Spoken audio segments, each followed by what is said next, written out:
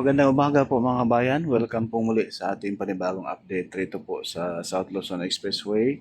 Dito po sa portion ng Package Day sa may Barangay Kabatang na kung saan dito po tayo nag-end dati nung tayo po ay nag-update rito. Barangay Kabatang, Barangay Mangilag no, and then Concepcion Ono. At hanggang doon sa mismong Concepcion Ono mga kabayan ay sakop na po yan sa Candelaria. At papunta tayo doon sa mismong Sampaloc, Ono rin po mga bayan sa may portion ng Sariaya ano. And then portion natin mga bayan, no, masisilayan natin yung alignment sa baba no. Dito sa area ng Kabatang papuntang Concepcion mga bayan ay hindi pa masyadong tambak. Kumbaga kiniklearing pa nila at yung mismong madaanan ng SLEX ay pinuputol. Ayan po sa bandang Concepcion, bandang kanan, masasilayan natin sa ating mapa na talagang matataas na po ang tambak. At kitang-kita na po yung sa ating mapa na halatang-halata na po yung taas ng tambak dyan sa area ng Candelaria, Concepcion, Ono.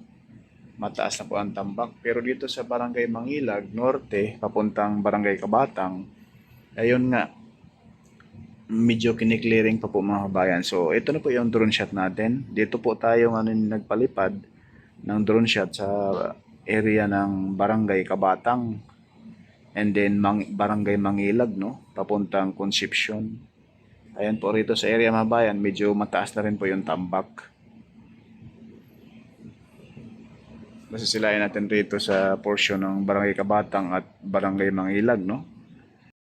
Napakaswerte yung ating mga kababayan rito na mayroong mga sakahan dito dahil napakaganda ang view, sobra.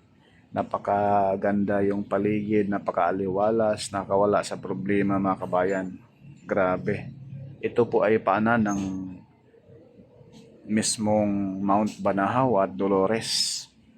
Ayan po mga kabayan, no? Yung dalawang bundok na yan talagang sobrang ganda. Silain po natin rito mga kabayan, itong portion na ito ay talaga namang yung Tiaong at Candelaria mga kabayan ay sobrang ganda ng view, napakayaman sa agrikultura no. So ngayon andito tayo ngayon sa mga kabayan, Concepcion no. Papunta tayo doon sa mismong area ng Barangay Sampaloc, Ono, sa may Sariaya na po yan mga kabayan. Pakita ko lang sa inyo yung aerial view rito. Ito po yung kita na po sa mapa na mataas na po yung tambak at talagang sa mapa ay halatang halata na po yung alignment ng expressway.